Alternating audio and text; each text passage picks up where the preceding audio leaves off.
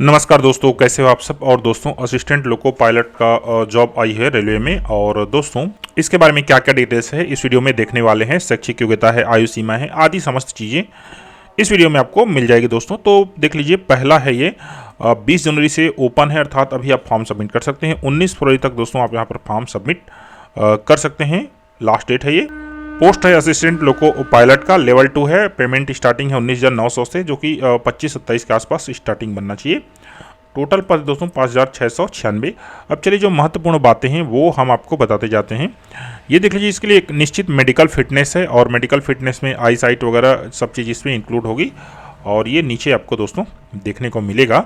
अगला है एज, देख लीजिए दोस्तों, 1 जुलाई 2024 के डेट में एज आपको कैलकुलेट करना है। 18 से 30 ईयर के बीच में होना चाहिए, और इसमें विभिन्न प्रकार के जो रिलैक्सेशन दोस्तों वो मिलते हैं, नीचे उसको देखेंगे। यहाँ पर देख लीजिए, candidate must have their own active mobile number. दोस्तों, आपको अपना मोबाइल नंबर और वैलिड ईमेल आईडी जो है वो रखना पड़ेगा, क्योंकि इस समस्त कम्युनिकेशन जो है वो सब इन्हीं दोनों में होगा। ठीक है, तो यही चीज़ याद रखिएगा। ऑनलाइन एप्लीकेशन करते समय आपको दोस्तों एक ठो क्रिएट अकाउंट करना पड़ेगा, उसके लिए आपको मोबाइल नंबर और ईमेल आईडी की दोस्तों ज़रूरत पड़ेगी। ठीक है, आगे बढ़ते हैं। After 29 February 2024 RRB shall not entertain any representation for modification of the information furnished in the application. दोस्तों, अगर आप किसी प्रकार से एप्लीकेशन में मिस्टेक करते हैं तो किसी प्रकार से इसमें सुधार का ऑप्शन नहीं है। नेगेटिव मार्किंग है दोस्तों, there will be negative marking 1/3 है दोस्तों in both CBT 1 and CBT 2। दोस्तों, 2 एग्जाम होना है, एक है कहना चाहिए स्क्रीनिंग का और दूसरा है मेन का। ठीक है ना, तो दोनों में 1/3 दोस्तों आपको माइनस मार्किंग जो है देखने को मिलने वाला है यहाँ पर। आगे हैं, candidates who submit more than 1 application against this CEN will be summarily rejected and will be debarred from any future examination of RRB। दोस्तों, अगर आप यहाँ पर एक से ज़्यादा एप्लीकेशन सबमिट करते हो तो सीधा से यहाँ से क्या हो जाएगा, रिजेक्ट हो जाएगा। अगला महत्वपूर्ण देख लीजिए, signature must be in running hand writing and not in block capital और डिसजॉइंट लेटर्स। दोस्तों, आपको सिग्नेचर जो है ना रनिंग हैंड से करना है, मतलब इस प्रकार से अगर आप AMIR ऐसे करके आप अलग अलग जो है आप अक्षर से सिग्नेचर करते हैं तो ये मान्य नहीं होगा, ऐसा यहाँ पर बोला जा रहा है। आगे बढ़ते हैं दोस्तों। Free train travel facility. दोस्तों, SC और ST कैंडिडेट हैं उनको दोस्तों फ्री जो है ई-कॉल लेटर्स में आपका द्वितीय श्रेणी का दोस्तों यात्रा सुविधा जो है उपलब्ध कराया जा रहा है। इसके लिए दोस्तों आपको ऑनलाइन एप्लीकेशन में आपको इस चीज़ को मेंशन करना पड़ेगा। अगला है दोस्तों, देख लीजिए यहाँ पर स्पष्ट है, helpline for candidates for any queries related to technical issue submission of application number. देखिए, आपको दोस्तों 10 से 5 बजे तक आपको ये ईमेल आईडी है और ये फ़ोन नंबर है, यहाँ पर दोस्तों आप कॉल करके सहायता ले सकते हैं, जो कि बहुत अच्छी बात है। आगे बढ़ते हैं दोस्तों, मेडिकल स्टैंडर्ड, इसी को जो है मेडिकल फिटनेस जो है बोला जा रहा है दोस्तों। तो देख लीजिए, पहला देख लीजिए, physically fit in all respect. दोस्तों, सभी प्रकार से नॉर्म से आपको फिट रहना चाहिए, किसी प्रकार से यहाँ पर जो हैंडीकैप हैं उनके लिए यहाँ पर पात्रता नहीं है दोस्तों। Distance vision 6x6 6x6 without glass with fogging test. दोस्तों, यहाँ पर आंखों का टेस्ट मेन होना है, देख लीजिए, नियर विजन है और डिस्टेंस विजन है। Must pass test of colour vision है, और बाइनोकुलर विजन है, फील्ड ऑफ विजन है, नाइट विजन है, मैसोपिक विजन है। मतलब आंखों का मुख्य रूप से टेस्ट होना है, क्योंकि लोको पायलट दोस्तों वो ट्रेन कहना चाहिए चलाएगा, तो इसके लिए आंखों का सही होना बिल्कुल यहाँ पर जरूरी है। आगे बढ़ते हैं दोस्तों, यहाँ पर पात्र कौन है, तो देख लीजिए, भारत का कोई भी नागरिक हो, नेपाल का हो, भूटान का हो। ठीक है ना, तो पात्रता मतलब ऑल इंडिया लेवल पर दोस्तों ये एग्जामिनेशन है। एज लिमिट देख लीजिए, यहाँ पर 18 से 30 वर्ष है, लेकिन रिलैक्सेशन इन अपर एज लिमिट देख लीजिए किनको कितना कितना मिल रहा है। SC ST है तो 5 साल, OBC नॉन क्रिमिनल है तो 3 साल, ESM में दोस्तों 6 साल, 3 साल, 8 साल। अब यहाँ पर देख लीजिए, एक सर्विसमैन है UR और EWS तो 3 साल है, OBC नॉन क्रिमिलियर है तो 6 साल है, और एक सर्विसमैन SC ST दोस्तों 8 साल का यहाँ पर रिलैक्सेशन मिल रहा है। बाकी विभिन्न प्रकार के देख सकते हैं दोस्तों यहाँ पर रिलैक्सेशन मिल रहा है, उसको आप अच्छे से पढ़ सकते हैं। डेट ऑफ बर्थ देख लीजिए, upper limit of date of birth none of above. दोस्तों, UR और EWS के लिए इससे पहले का कहना चाहिए डेट ऑफ बर्थ नहीं होना चाहिए, OBC के लिए ये वाला है और SC ST के लिए दोस्तों ये वाला है। ठीक है, lower limit of date birth not after all candidates. दोस्तों, 1 जुलाई 2006 के बाद कहना चाहिए, आपका जन्म तिथि नहीं होना चाहिए, नहीं तो यहाँ पर दोस्तों आप जो है उम्र में छोटे पड़ जाएंगे। ठीक है, आगे बढ़ते हैं। Candidates must note that the date of birth filled in their application should be the same as recorded in their matriculation SC/ST and application certificate. दोस्तों अगर आप कहना चाहिए जो एप्लीकेशन फॉर्म में डेट ऑफ बर्थ सबमिट करेंगे, अगर वो आपके 10वीं के सर्टिफिकेट से मैच नहीं करेगा तो दोस्तों वो डिसक्वालिफिकेशन हो जाएगा आपका। अगला महत्वपूर्ण देख लीजिए, इसेंशियल क्वालिफिकेशन क्या क्या चीज़ इसमें। There list of essential qualification given in annexure A. दोस्तों एनेक्सर ए में आपको कहना चाहिए क्वालिफिकेशन मिल जाएगा, तो उसको चलिए थोड़ी देर में हम देखेंगे, नीचे आएगा वो।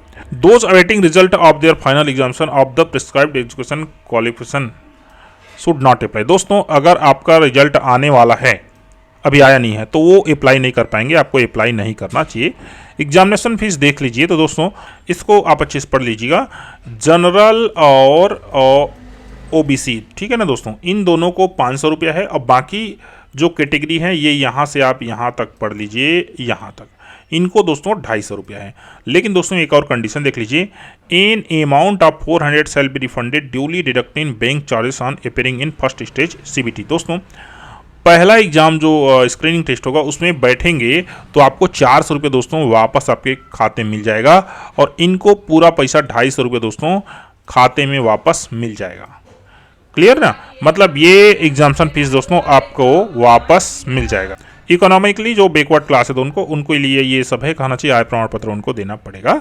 आगे बढ़ते हैं दोस्तों, यहाँ पर देख लीजिए सभी प्रकार से रिजर्वेशन के बारे में यहाँ बोला जा रहा है। यहाँ पर एक सर्विसन के बारे में यहाँ पर सभी टिप्पणियाँ की जा रही हैं।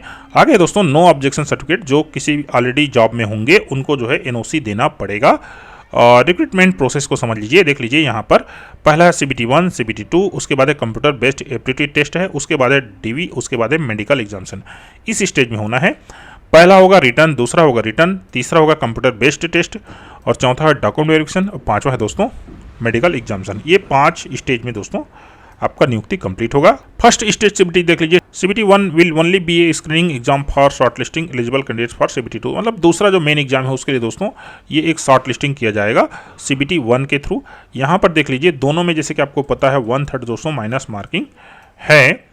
यहाँ पर देख लीजिए नंबर ऑफ क्वेश्चन 75 होगा, और मैक्सिमम मार्क्स भी दोस्तों 75 होगा। टोटल टाइमिंग होगा 60 मिनट।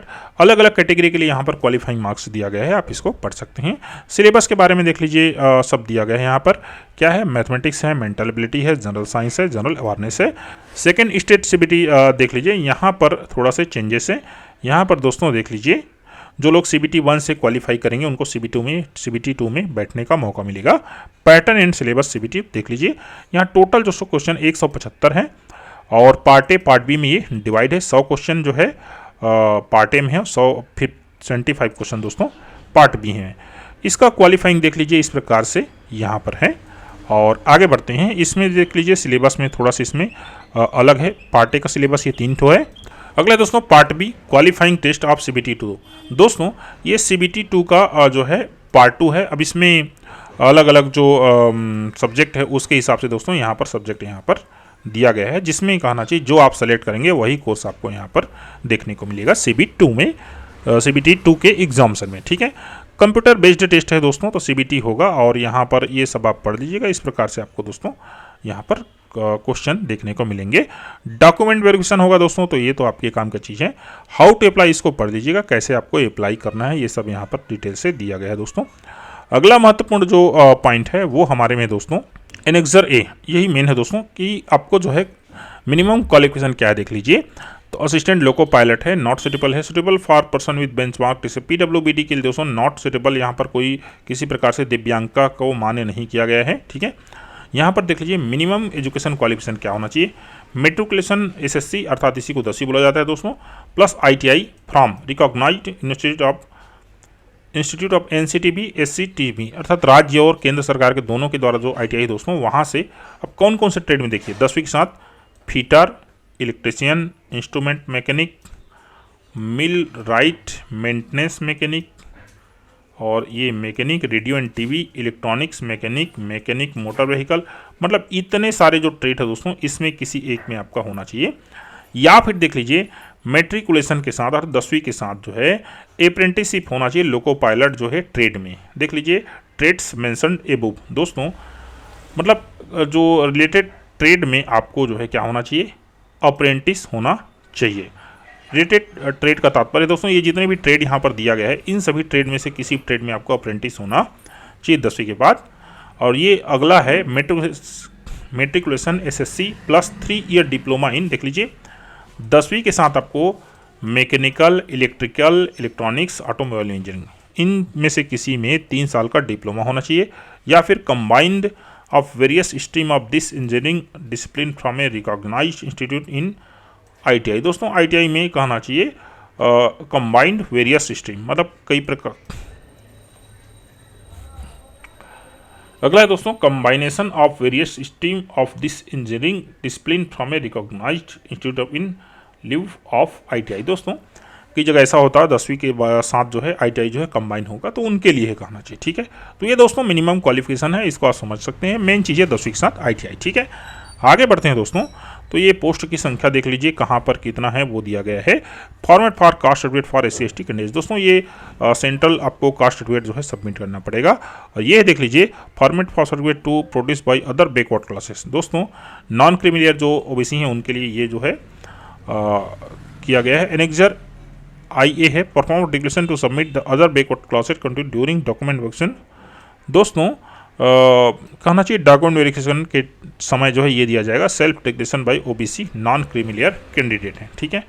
और इसके साथ ये है दोस्तों इनकम असेस certificate to be produced by economically backward section. दोस्तों EWS जो कैटेगरी है उनके लिए जो है ये आपको आय प्रमाण पत्र दोस्तों सबमिट करना पड़ेगा। ये है income certificate for economically backward class candidates. दोस्तों देखिए ऊपर क्या है इकोनॉमिकली वीकर्ड क्लास है ना, और ये नीचे इकोनॉमिकली बैकवर्ड क्लास है, दोनों के लिए अलग अलग है, यहाँ पर देख लीजिएगा। बाकी दोस्तों और कहीं पर आपको कोई पॉइंट में दिक्कत आ रही तो पूछ सकते हैं। मेन चीज़ आप समझ लीजिए 18 से 30 वर्ष की आयु है, 10वीं प्लस ITI योग्यता है, और आपको फिर यहाँ पर लोको पायलट में दोस्तों फॉर्म सबमिट कर सकते हैं। थैंक यू, धन्यवाद।